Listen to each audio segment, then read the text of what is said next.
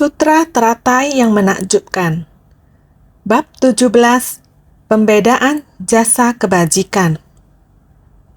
Sin Fasyang, Sutra Teratai, episode 1578. Sebersit pikiran, penuh keyakinan dan pemahaman, mendatangkan jasa kebajikan tak terhingga. Jasa memiliki kemampuan untuk menciptakan berkah dan memberikan manfaat. Kebajikan adalah perolehan dari perbuatan baik. Dengan jasa ini, menghimpun semangat dan jiwa kebijaksanaan yang murni, dengan niat untuk mempertahankan tekad selamanya, mencerahkan kembali kebajikan yang semula dimiliki. Dengan keyakinan dan tulus memahami sifat Tathagata, berhenti pada satu titik, puncak kebajikan, dan tekun membina diri. Ke dalam, dapat melakukan introspeksi diri adalah jasa. Keluar, dapat mengalah adalah kebajikan. Kita harus bersungguh hati menghayatinya. Mendengar dua kata ini, jasa kebajikan. Kita sering mengatakan jasa kebajikan tak terhingga. Ketika kita mengatakan kepada orang-orang bahwa jasa kebajikannya tak terhingga, apa yang dilakukan sehingga jasa kebajikannya tak terhingga? Sebenarnya, jasa kebajikan, dua kata ini, seharusnya memerlukan waktu yang lama untuk terakumulasi. Mereka membutuhkan usaha sedaya upaya yang dilakukan dalam waktu yang lama, dan sumbangsi yang dilakukan dalam waktu yang lama. Jasa kebajikan lebih mudah diucapkan daripada dilakukan. Namun, kita sering dengan mudah mengatakan jasa kebajikan tak terhingga. Mudah untuk diucapkan karena itu hanya sebuah ungkapan. Jasa adalah memiliki kemampuan untuk menciptakan berkah dan memberikan manfaat. Ini adalah sebuah kata benda, menyangkut tentang menciptakan berkah dan memberi manfaat. Kita harus tahu untuk menciptakan berkah untuk orang banyak, bersumbangsi untuk orang lain. Sejauh mana kita bersumbangsi? Kita harus bersumbangsi tanpa pamrih, tanpa balasan. Masih banyak hal yang belum bisa dilakukan oleh orang lain, tetapi hati atau batin kita harus tetap terbuka, tanpa halangan atau rintangan. Jadi ketika kita bertemu dengan kesulitan apapun, kita masih bisa mengatasinya. Hati atau batin tidak ada kekhawatiran, tidak ternodai atau terpengaruh. Kesulitannya tidak akan mempengaruhi tekad pembinaan diri kita dan tidak mempengaruhi kemampuan bersumbangsi kita ke yang lain. Ada banyak masalah di dunia ini. Ada orang yang terus-menerus bersumbangsi. Kita harus berpuas diri. Kita harus membalasnya dan merasa bersyukur atas apa yang kita peroleh. Jika kita bersumbangsi dan kita ingin pujian dan terima kasih dari orang lain, adanya niat pikiran ini akan membuat kita gelisah. Jika orang lain tidak berterima kasih kepada kita, apa yang akan kita rasakan dalam hati? Oleh itu, tidak boleh memiliki niat seperti itu. Kita harus senantiasa bersumbangsi merupakan hal yang paling kita sukai dan senangi, juga merupakan hal yang paling bahagia dan memuaskan. Setiap kali kita bersumbangsi, dalam batin harus berpikir demikian, tidak mengharapkan imbalan, kita hanya bersumbangsi dengan sukacita. Apakah kita semua dapat melakukan ini? Jika kita dapat melakukannya, baik itu melalui ucapan, beberapa hari yang lalu membahas tentang berdana, benda apa yang dapat didermakan. Dengan berkata baik, melakukan hal baik, memunculkan pikiran baik, dan lain-lain. Selama hal itu memberi manfaat dan membantu orang lain, kita akan bersumbangsi untuk jangka panjang. Dengan sukacita dan tiada halangan dalam batin, jika kita bisa bersumbangsi terus-menerus seperti ini, dengan sendirinya akan memperoleh kebajikan. Kebajikan adalah sesuatu yang diperoleh karena kita telah bersumbangsi dan membuat orang lain memahami bahwa kita akan memenuhi kebutuhan mereka. Ataupun ketika setiap orang di dunia memuji kita, namun hati tetap tidak melekat pada perolehan dan kehilangan. Mendapatkan pujian dari orang lain tanpa ada kemelekatan pada perolehan dan kehilangan, maka akan merasa nyaman dan leluasa. Ini sungguh tidak mudah. Jadi, kita harus bersungguh hati memahami pahala dan kebajikan. Sebenarnya, kita tidak butuh prestasi besar. Kami hanya bersumbangsi secara rutin tanpa hambatan. Hanya dengan melakukan ini terus-menerus, orang tidak akan pernah bisa hidup tanpa kita. Ketika kita terus memberi untuk membantu orang lain, semua orang menjadi gembira dan damai satu sama lain. Ketika kita membantu banyak orang, meskipun mungkin tidak selalu menyadarinya, jika kita tidak berada di sana, dampaknya sangat besar. Ini adalah pahala dan kebajikan karena membantu orang lain. Mereka menjadi terbiasa dengannya.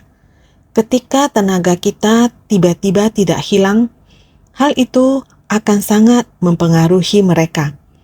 Jika kita selalu menegakkan pahala dan kebajikan, maka kita akan dapat terus mengumpulkannya. Kita bisa bersumbangsi di saat ini, ketika kita tiada di kemudian hari. Para penerima tidak akan kekurangan. Hal yang kami lakukan dan prinsipnya akan tetap ada. Ini adalah pahala dan kebajikan. Yang baru kita bahas adalah pahala dan kebajikan jangka pendek yang kita peroleh dalam kehidupan ini. Jika yang jangka panjang adalah demikian, terus memperolehnya, sama seperti Sang Buddha menemukan kebenaran sejati alam semesta lebih dari 2000 tahun yang lalu. Mulai merancang metode untuk berbagi kepada semua orang, untuk mengajar dan membimbing semua makhluk, agar semua orang dapat mengerti prinsip kebenaran ini dengan jelas. Meskipun Buddha memasuki parinirwana selama lebih dari 2000 tahun, bukankah prinsip kebenaran masih ada? Dengan cara yang sama, semua orang bisa membina diri sesuai dengan prinsip kebenaran.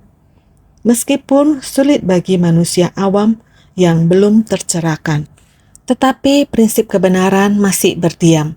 Banyak orang telah mengubah kehidupan mereka dengan mengikuti prinsip kebenaran. Mereka berubah menjadi baik, yakni mengubah dari buruk menjadi baik. Ini adalah Buddha yang menemukan jalan ini, bersungguh hati membuka jalan ini, agar generasi selanjutnya dapat mengamalkan sesuai dengan jalan ini. Ini adalah pahala dan kebajikan, memberi manfaat bagi generasi selanjutnya tanpa akhir. Ini juga adalah jasa memiliki kemampuan untuk menciptakan berkah dan memberikan manfaat. Membuat semua orang tahu bahwa arah yang akan dituju, yakni membuka sebuah jalan kepada kita. Untuk terus melanjutkannya, harus berupaya keras. Kita harus segera berupaya keras. Kita sendiri harus mempraktekkan dalam tindakan nyata. Jalan yang kita praktekkan dalam tindakan nyata ini adalah upaya keras. Jika kita tidak berupaya keras, bagaimana kita bisa memberi berkah dan manfaat bagi generasi selanjutnya? Bagaimana kita bisa mengajar dan membimbing para makhluk? Oleh karena itu, harus demikian untuk melanjutkannya. Dengan sendirinya, jika kita berupaya keras, kebajikan adalah sesuatu yang diperoleh. Kita tidak memiliki keserakahan apapun, tidak mencari kebajikan dan ketenaran. Namun ini adalah prinsip kebenaran. Prinsip kebenaran secara alami adalah demikian. Ini seperti yang dilakukan Sang Buddha, tidak pernah menuntut atau mengatakan hal seperti, "Saya telah mengajari Anda prinsip-prinsipnya, jadi kamu harus memperlakukanku dengan hormat." Sang Buddha tidak pernah melakukan hal ini. Semua orang menghormati beliau karena jasa dan kebajikannya. Lebih dari 2000 tahun kemudian, kita masih menyebut Buddha sebagai guru kita. Sang Buddha adalah guru kita dan beliau akan selalu begitu. Dia seperti Konghucu. Konghucu adalah seorang bijak, guru yang hebat, dan seorang yang sangat terpelajar. Namun di era kita sekarang, beberapa remaja bahkan tidak mengenal Konghucu. Beberapa generasi muda saat ini tidak lagi mengenal Konghucu. Bagaimana dengan Buddha Dharma? Jika kita tidak menyebarkannya, maka itu juga akan menghilang. Orang-orang akan bertanya-tanya, apa itu agama Buddha? Jika mereka tidak mengetahui agama Buddha, mereka tentu saja tidak akan mengetahui pendirinya.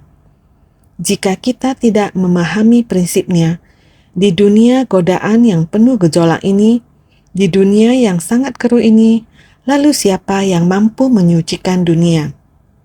Siapa yang akan mengubah kekeruhan menjadi kemurnian? Yang kami miliki hanyalah prinsip-prinsipnya. Prinsip adalah jalannya. Inilah sebabnya kami mengatakan, jika kita tidak berupaya sekarang, maka jalannya akan hilang di masa depan. Oleh karena itu, kita harus melanjutkan ajaran Buddha dan transformasi demi masa depan dan masa kini. Kita tetap harus berusaha. Setiap orang harus bekerja sama untuk memberi dan membantu, sehingga setiap orang dapat mengambil bagian dalam kebajikan ini. Sangat mirip seperti Sang Buddha ketika masih hidup, yaitu membimbing dan mencerahkan semua makhluk hidup. Makhluk hidup yang kebingungan, ada yang raja, ada yang sama sekali tidak mengerti dan tidak jelas akan prinsip kebenaran. Namun karena beliau memiliki kebaikan, seperti ada seorang penganut ajaran Brahmanisme, pada masa itu Brahmana, seorang raja yang meyakini Brahmana. Beliau saat mengerti bahwa salah satu pelatihan diri adalah bersumbangsi, makanya raja ini bernama Tuo Wei Xie. Suatu hari beliau teringat, saya sebagai seorang raja, karena urusan kerajaan sangat sibuk, sampai lupa akan pelatihan diri dan agama. Karena beliau adalah penganut ajaran Brahma, sebagai seorang raja, sebenarnya apa saja yang dilakukan oleh beliau? Yang mampu beliau lakukan paling yaitu berdana. Keinginan untuk berdana. Beliau membuka gudang kerajaan dan memberitahu kepada para menterinya, benda berharga dikeluarkan, dan kemudian mengatakan kepada masyarakat miskin di luar sana, asal benar-benar membutuhkan, diperbolehkan untuk mengambil barang berharga ini. Setiap orang berhak untuk mengambil segenggam tangan benda berharga ini. Pokoknya sekarang benda berharga sudah dibentangkan di sini. Setiap orang silakan mengambil satu genggam sebagai batasannya.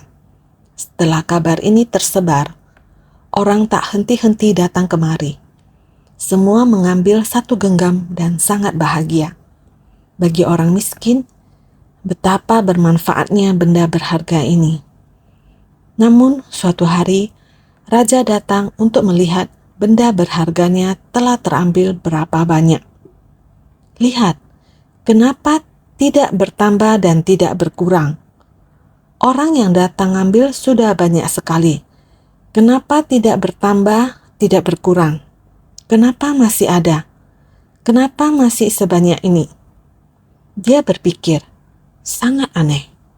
Tiba-tiba, ada seorang praktisi datang dari tempat yang jauh. Muka dia sangat agung.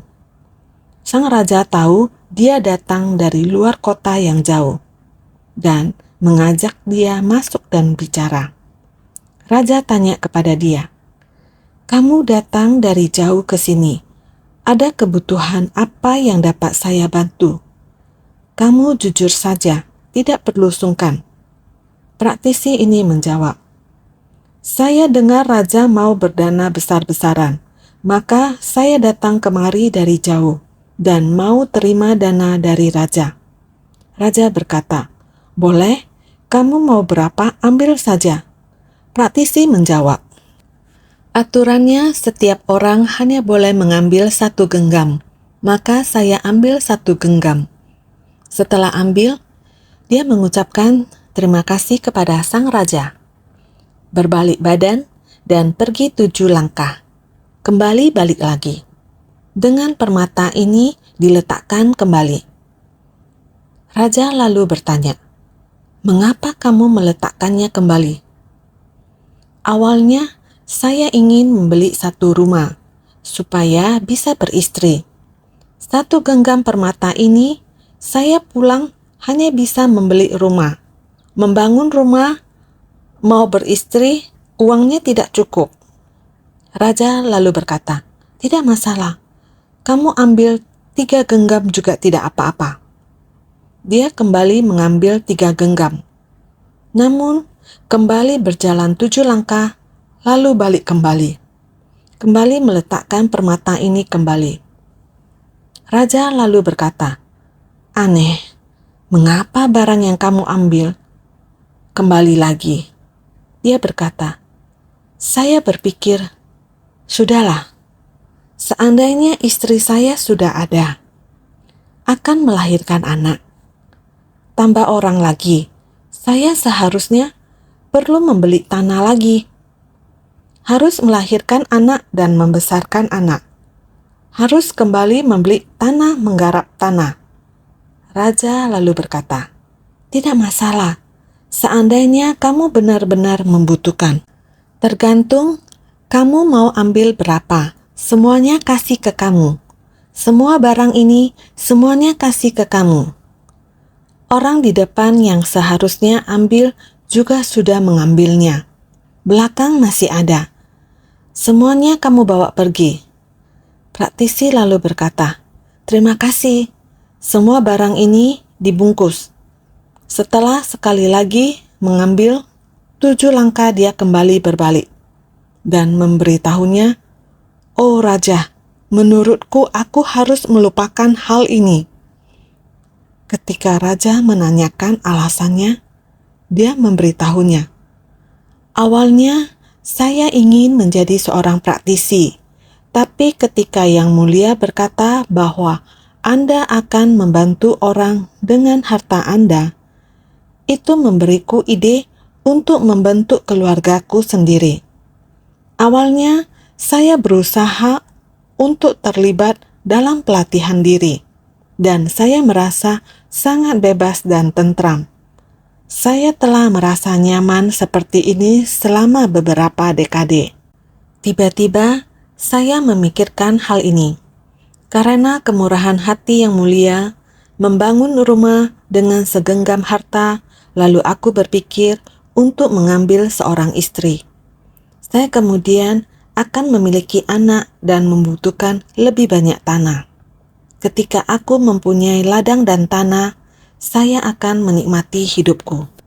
Ini kemudian menjadi daftar keinginan yang tak ada habisnya, bahkan jika Yang Mulia melakukannya. "Berikan aku semua harta ini untuk dibawa pulang. Itu akan sangat membebani saya." Bukan hanya harta yang berbentuk fisik. Setelah mengambil beberapa langkah, pikirku, berapa banyak beban yang akan aku tanggung di masa depan jika saya punya rumah, istri, dan anak. Berapa banyak bebannya? Ini adalah beban karma yang tiada habisnya. Saya tidak menginginkannya. Oleh karena itu, dia meletakkan kembali. Setelah raja mendengarkan kata-kata ini, dia tiba-tiba sadar. Dia berpikir, ini betul. Apa lagi yang aku inginkan? Pada awalnya saya adalah Brahmanisme. Pada awalnya saya membina diri. Meskipun saya belum memahami prinsip kebenaran dengan jelas, namun saya merasa damai. Apa gunanya saya menjadi raja? Setiap saya sibuk dengan urusan negara, saya hampir lupa kewajiban saya seorang praktisi. Untungnya, saya mendapat inspirasi mendadak itu. Dengan membuka pintu berdana, saya bisa bertemu dengan seorang praktisi. Demikian berada di hadapan saya. Ini benar-benar hal yang tidak mudah. Sebenarnya dari mana asal praktisi ini? Pada saat ini, niat pikiran raja berubah. Melihat praktisi ini dari dekat, ternyata ini adalah Buddha Sakyamuni. Buddha Sakyamuni demikian menyamar dirinya, membuatnya tidak dapat melihat dengan jelas sebenarnya siapa orang ini. Karena raja ini selama ini belum pernah bertemu dengan Buddha Sakyamuni, tetapi Buddha Sakyamuni menampakkan dirinya yang agung. Raja menghormatinya dari lubuk hatinya.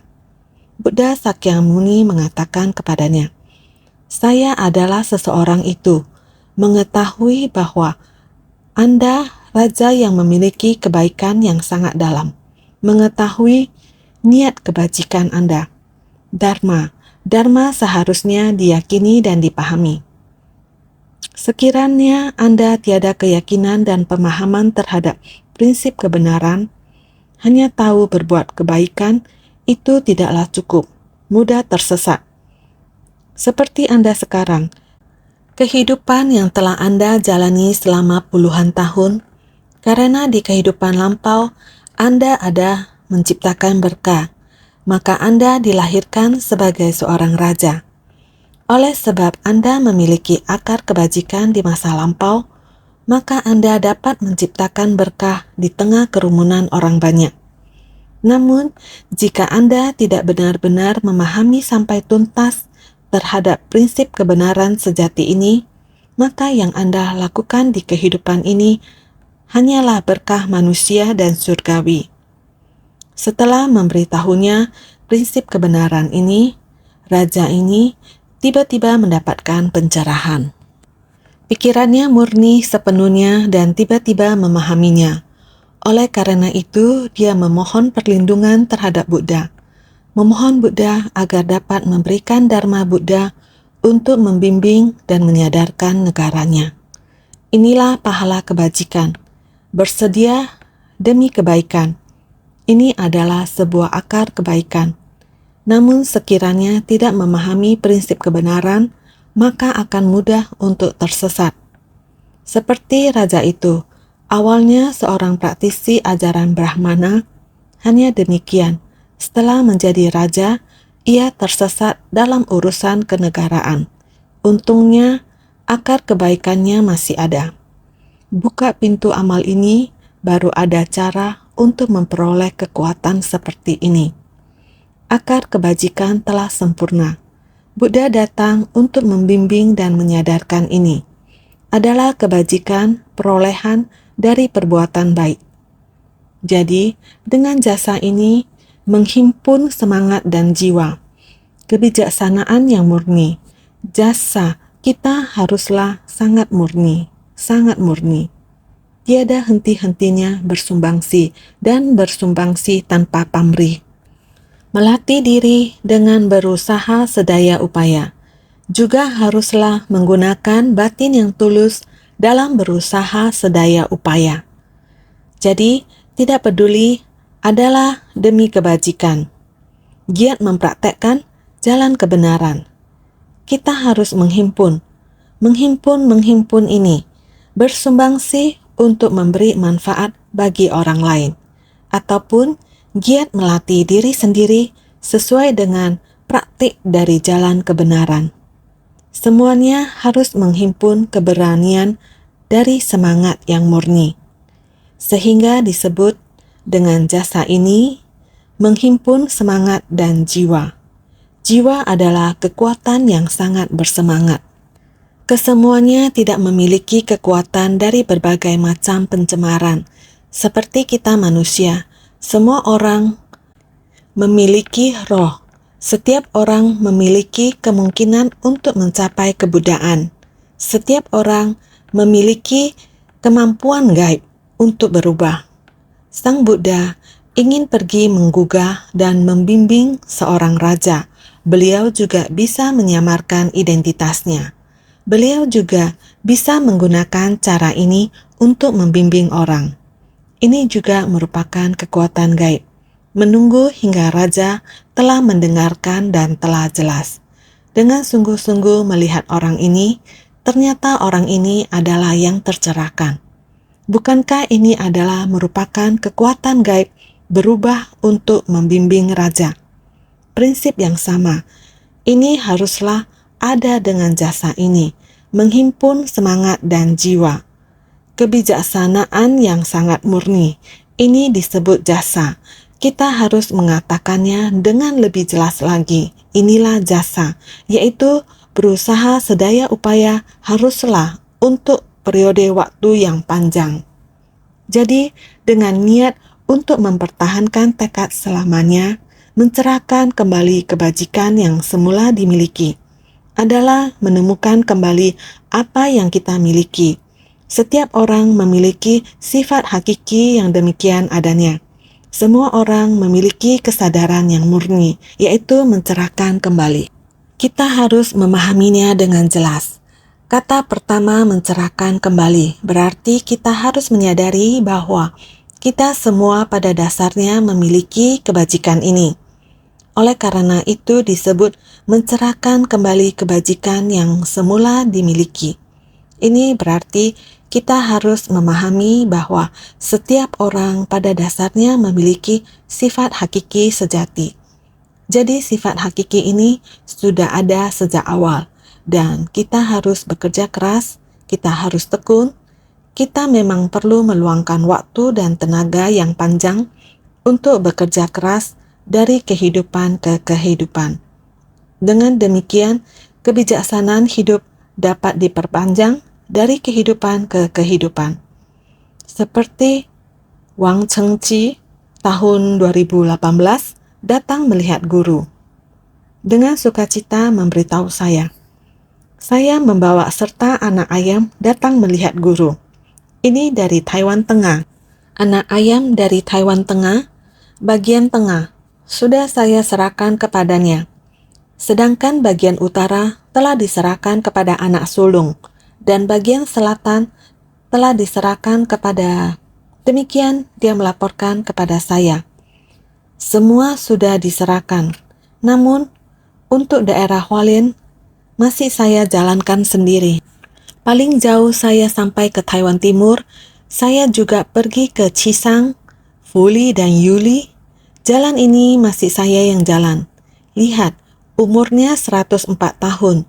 Dia mengatakan kepada saya bergabung dengan yayasan sudah hampir 50 tahun.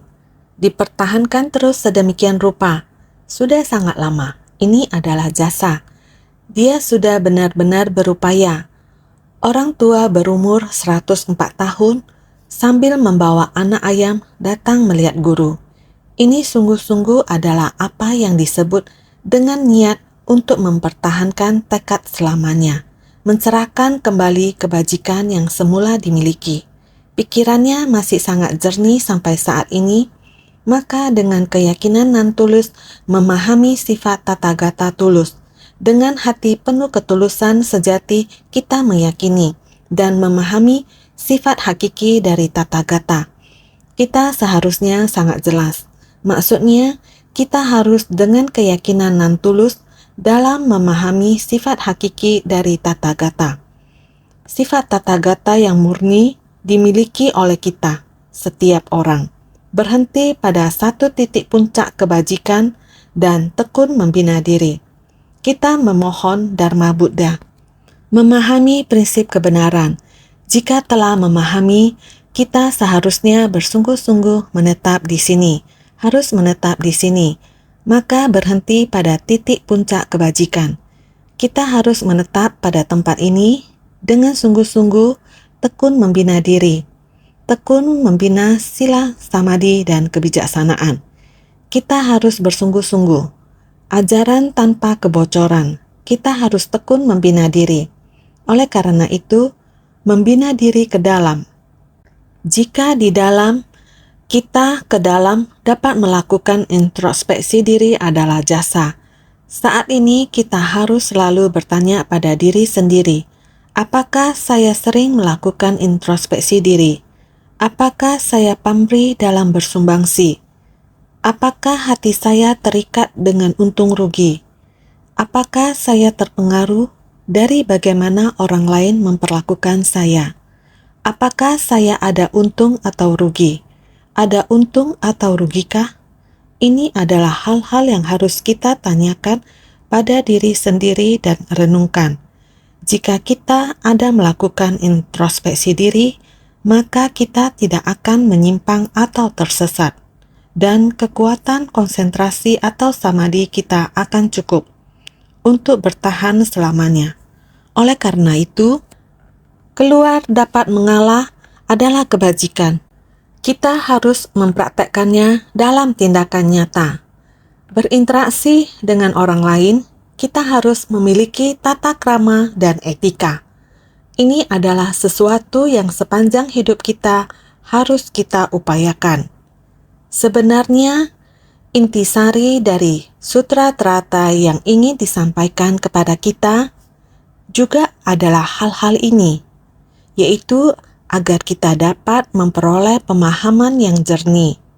Oleh karena itu, bagian naskah sutra selanjutnya menyampaikan, Dana Paramita, Sila Paramita, Santi Paramita, Wirya Paramita, dan Dhyana Paramita tidak termasuk Prasna Paramita. Dikutip dari Sutra Teratai Bab 17, Pembedaan Jasa Kebajikan. Naskah sutra ini adalah membahas tentang 5 paramita. Jika kita mengecualikan Prasna Paramita dan hanya mempraktekkan 5 paramita, maka akan sulit untuk mencapai pantai seberang. Kita biasanya membahas 6 paramita. Tanpa kebijaksanaan, maka tidak akan mungkin untuk sampai ke sana. Oleh karena itu, kita harus bersungguh hati untuk menghayatinya. Naskah sutra selanjutnya mengatakan seperti ini kembali. Sekiranya jasa kebajikan ini dibandingkan dengan jasa kebajikan sebelumnya, tidak sampai 1/100, 1/1000, ataupun 1/semiliar koti darinya, bahkan sampai tidak dapat diketahui melalui perhitungan atau perumpamaan. Dikutip dari Sutra Teratai Bab 17, Pembedaan Jasa Kebajikan. Ini artinya jasa kebajikan dari sebersit pikiran, penuh keyakinan dan pemahaman, dibandingkan dengan jasa kebajikan 5 paramita yang sudah disebutkan sebelumnya. Jasa kebajikan 5 paramita ada jutaan kali lipat, berasal dari sebersit niat pikiran, penuh keyakinan dan pemahaman. Inilah yang dikatakan di sini, jasa kebajikan dari sebersit pikiran, penuh keyakinan dan pemahaman, jika dibandingkan dengan jasa kebajikan dari mempraktekkan 5 paramita selama kalpa yang panjang, adalah tidak tertandingi satu bagian pun. Karena kekuatan kebijaksanaan dari mendengarkan Dharma, meyakini dan memahaminya adalah tiada terbatas. Karena kekuatan kebijaksanaan dari mendengarkan Dharma, meyakini dan memahaminya adalah tiada berbatas. Keyakinan dan pemahaman ini Apabila kita dapat meyakini dan memasukkan dharma ke dalam batin kita, 5 paramita yang sebelumnya, berdana, bersumbangsi tanpa pamrih, sukacita dalam bersumbangsi, kita berkata, "Oh, saya sangat kangen, bersyukur." Dengan melihat penderitaan, dapat menyadari berkah diri sendiri. Sehingga saat berada dalam kerumunan orang banyak, saya memahami banyak prinsip. Kekuatan bersumbangsi saya setiap hari bersukacita. Sehingga saya bersyukur atau kangen, saya dapat bersumbangsi. Inilah jasa kebajikan. Ini juga adalah kebijaksanaan. Berdana menjalankan sila. Ini dapat dilakukan. Ini tidak dapat dilakukan. Ini adalah kebijaksanaan dalam membedakan. Oleh karena itu, sejak kita memiliki kebijaksanaan, 5 jasa kebajikan ini akan terus bertumbuh atau bertambah, terus-menerus bertumbuh atau bertambah. Apabila kita tidak memiliki, maka kita akan membatasi. Bahkan jika Anda berdana, menciptakan berkah di dunia dan surga. Hanya demikian saja, apabila kebijaksanaan tidak terbuka, kita akan memiliki banyak kekurangan. Kita akan kesulitan untuk sampai di seberang. Oleh karena itu, sekiranya jasa kebajikan ini dibandingkan dengan jasa kebajikan sebelumnya, jasa kebajikan yang diperoleh dari mempraktekkan 5 paramita berupa dana paramita, sila paramita, santi paramita, wirya paramita, dan dhyana paramita dibandingkan dengan jasa kebajikan dari sebersit pikiran, penuh keyakinan dan pemahaman sebelumnya. Berikut adalah keyakinan dan pemahaman. Perbandingan dari jasa kebajikan dari sebersit niat untuk yakin dan paham dibandingkan dengan kelima paramita tersebut. Apabila kelima paramita tersebut dibandingkan dengan prasna, maka akan memiliki perbedaan yang sangat jauh. Skala perbandingannya sangatlah besar.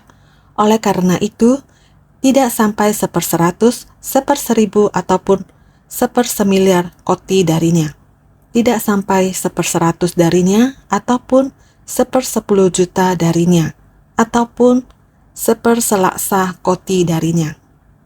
Jika ingin menggunakan perbandingan, kelima paramita ini dibandingkan dengan prasna paramita, maka berada tidak sampai 1/100 darinya ataupun 1/10 juta ataupun 1/1 koti darinya.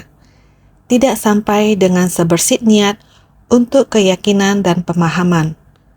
Oleh karena itu, bahkan sampai tidak dapat diketahui melalui perhitungan atau perumpamaan.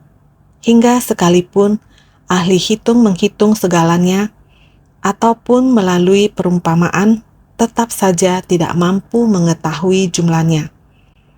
Sampai bagaimanapun kita menghitungnya. Laksana pada bab perumpamaan kota gaib, seandainya para ahli matematika atau para murid mereka tidak dapat membahas juga menghitungnya, prinsip yang sama, melalui perumpamaan tetap saja tidak mampu mengetahui jumlahnya, baik apapun yang digunakan sebagai perumpamaan. Untuk memunculkan angka yang begitu banyak, semuanya tidak mungkin, sungguh teramat banyak. Oleh karena itu, dibandingkan dengan jasa kebajikan sebelumnya, ini merujuk pada perbandingan terhadap jasa kebajikan terhadap sebersit pikiran, penuh keyakinan dan pemahaman, dibandingkan dengan 1/100 dari jasa kebajikannya, sebersit pikiran, penuh keyakinan dan pemahaman, atau hingga 1/1000 koti dari jasa kebajikannya. Sebersit pikiran, penuh keyakinan dan pemahaman, angka perbandingan yang sangat kecil sekali. Artinya, jasa kebajikannya adalah sangat kecil sekali. Sampai-sampai tidak dapat diketahui dengan angka hitungan ataupun perumpamaan. Jadi jauh lebih kecil daripada angka pecahan. Artinya, jasa kebajikan dari 5 paramita ini adalah sangat kecil sekali. Sebelumnya adalah sebersit pikiran penuh keyakinan. Jika membandingkan jasa kebajikan sebersit pikiran penuh keyakinan, maka seperti ini. 1/100 dari sebersit pikiran penuh keyakinan dan pemahaman, Jasa kebajikan sebersih pikiran penuh keyakinan itu, 5 paramita sebelumnya harus 100. Semua ini bertambah 100. Harus dibandingkan dengan jasa kebajikan sebersih pikiran penuh keyakinan. Hingga 1/1000 koti. Tidak hanya tidak bisa dibandingkan 100. 1 miliar juga tidak bisa dibandingkan. 5 paramita semacam ini tidak bisa dibandingkan dengan jasa kebajikan sebersih pikiran penuh keyakinan. Masih belum ada bandingannya. Karena sebersih pikiran penuh keyakinannya adalah keyakinan dan pemahaman akan kebijaksanaan, tuntas dan menyeluruh, keyakinan dan pemahaman tanpa rintangan. Oleh karena itu, perbandingan ini, jasa kebajikannya sebersih pikiran penuh keyakinan dan pemahaman. Jika dibandingkan ulang dengannya, tidak mungkin. Secara keseluruhan, ini adalah perbandingan yang memperjelas bagi kita betapa sangat pentingnya kebijaksanaan bagi para praktisi Buddhis. Dan di dunia juga sama, tetapi ada kekurangan kebijaksanaan di dunia. Hanya cerdas, namun kurang kebijaksanaan. Kami para praktisi Buddhis hanya tamak akan jasa kebajikan, tidak memperhatikan kebijaksanaan. Maka dari itu, kita semua juga harus selalu introspeksi diri. Oleh karena itu, sering dikatakan, berkah bagimu, jasa kebajikan tak terhingga. Jasa kebajikan ini lebih mudah diucapkan daripada dilakukan. Jika tidak memiliki waktu yang panjang, bagaimana dapat membangun jasa? Jadi, bersumbangsi dengan hati murni tanpa mengharapkan imbalan.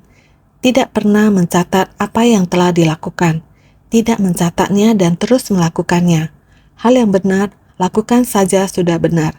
Tidak mencatatnya, dengan demikian pahala kebajikannya tak terhingga. Kita pada saat ini dapat tidak mencatatnya, tidak memperhitungkannya, selalu bermanfaat buat orang lain. Lakukan saja sudah benar, jangan perhitungan. Tidak ada perasaan untung dan rugi. Bersumbangsi adalah kedamaian dan sukacita kita. Jika kita menggunakan hati ini untuk bersumbangsi, ini namanya kebijaksanaan. Jadi kebijaksanaan dibandingkan dengan jasa kebajikan yang didapat, jasa kebajikan dibandingkan dengan kebijaksanaan sama sekali tidak dapat dibandingkan. Kamu ingin mengukur seberapa besar jasa kebajikan, mau dihitung bagaimana tetap dapat dihitung. Namun kebijaksanaan bagaimanapun dihitung pun tidak dapat dihitung. Karena kebijaksanaan adalah sebuah niat yang dapat mencakup 3.000. Sebelumnya sudah pernah dibahas. Sebenarnya ketika kita memunculkan suatu pikiran, berapa banyak cakupannya? Maka ketika pikiran kesadaran ke-8 kita dimunculkan, cakupan kita lebih besar. Ketika satu pikiran menyimpang, setiap langkah setelahnya akan salah. Namun jika pikiran kita benar, maka setiap pikiran akan mengandung kebijaksanaan. Prinsip-prinsip yang membuat segalanya membuahkan hasil. Seharusnya kita memahaminya dengan jelas. Maka, angka perbandingan yang sangat kecil sekali, artinya jasa kebajikannya adalah sangat kecil sekali. Karena kita terus mengumpamakan perumpamaan tentang dunia, dunia tanpa batas. Dari dunia tanpa batas, semua hal ini diubah lagi menjadi debu. Demikian terus-menerus membandingkan jumlah ini, sampai-sampai tidak dapat diketahui dengan angka hitungan atau perumpamaan, karena semakin banyak benda yang terbagi akan semakin halus. Semakin terbagi, semakin halus. Halus sampai sulit diumpamakan atau dihitung. Jadi, jauh lebih kecil daripada angka pecahan. Jika kita bandingkan dari pelatihan 5 paramita, diumpamakan dengan kebijaksanaan, jasa kebajikan prasna, ada perbedaan besar jika dibandingkan keduanya. Semakin dibandingkan, semakin kecil. Oleh sebab itu, jangan dibandingkan. Kerjakan saja hal yang benar. Jasa kebajikan dari para praktisi yang mempraktekkan 5 paramita dan perbuatan baik untuk jangka waktu yang lama guna mencari jalan tiada tara, tetap tak mampu menandingi jasa kebajikannya. Ini secara mendalam menunjukkan jasa kebajikan tak terhingga dari sebersit pikiran, penuh keyakinan dan pemahaman. Sehingga jasa kebajikan dari para praktisi yang mempraktekkan 5 paramita dan perbuatan baik untuk jangka waktu yang lama guna mencari jalan tiada tara, tetap tak mampu menandingi jasa kebajikannya. Kamu mengatakan melatih diri dalam waktu yang lama, hanya melatih 5 paramita. 5 paramita mengatakan hendak memohon jalan tiada tara, padahal kamu tidak dapat dibandingkan. Menggunakan perbandingan dan kesimpulan ini, kebijaksanaan dan 5 paramita sebelumnya, prasna paramita, dibandingkan dengan 5 paramita yang sebelumnya. Asalkan kamu mempunyai satu pikiran kebijaksanaan yang sangat tulus, sekilas pikiran kamu mampu menggerakkan 3.000 dunia. Satu niat kebajikan, segala sudut dan sisi adalah kebajikan. Inilah kebijaksanaan. Sehingga bila kita hanya cuma mengatakan pahala kebajikan, yaitu melakukan kebajikan saja, melekat pada kebajikan, saya hendak melakukan hal yang bajik. Mengapa saya harus menaati sila? Hal yang bajik saya lakukan. Akan tetapi, 3 kali makan harus yang enak. Makanan lezat dari darat dan laut. Saya hendak makan semua yang ada di dunia, dan lain-lain. Demikianlah. Saya ada lagi melakukan kebajikan. Apakah ada hambatan dalam kehidupanku? Apakah ada pertentangan? Ada. Di satu sisi, kamu lagi melakukan kebajikan. Di sisi lain, kamu lagi membunuh jiwa kehidupan. Ini ada batasnya. Sehingga kita harus mengetahui, mempunyai kebijaksanaan, yaitu sebersit pikiran penuh kebijaksanaan. Segala kebajikan adalah sebersit niat kebajikan yang jernih dan murni. Ini disebut keyakinan dan pemahaman yang benar, yaitu satu pikiran yang yakin dan paham, yaitu pahala kebajikan tiada terbatas. Sehingga kita harus bersungguh hati dalam keseharian. Kita harus bersungguh hati memperoleh kebijaksanaan, sehingga senantiasa bersungguh hati.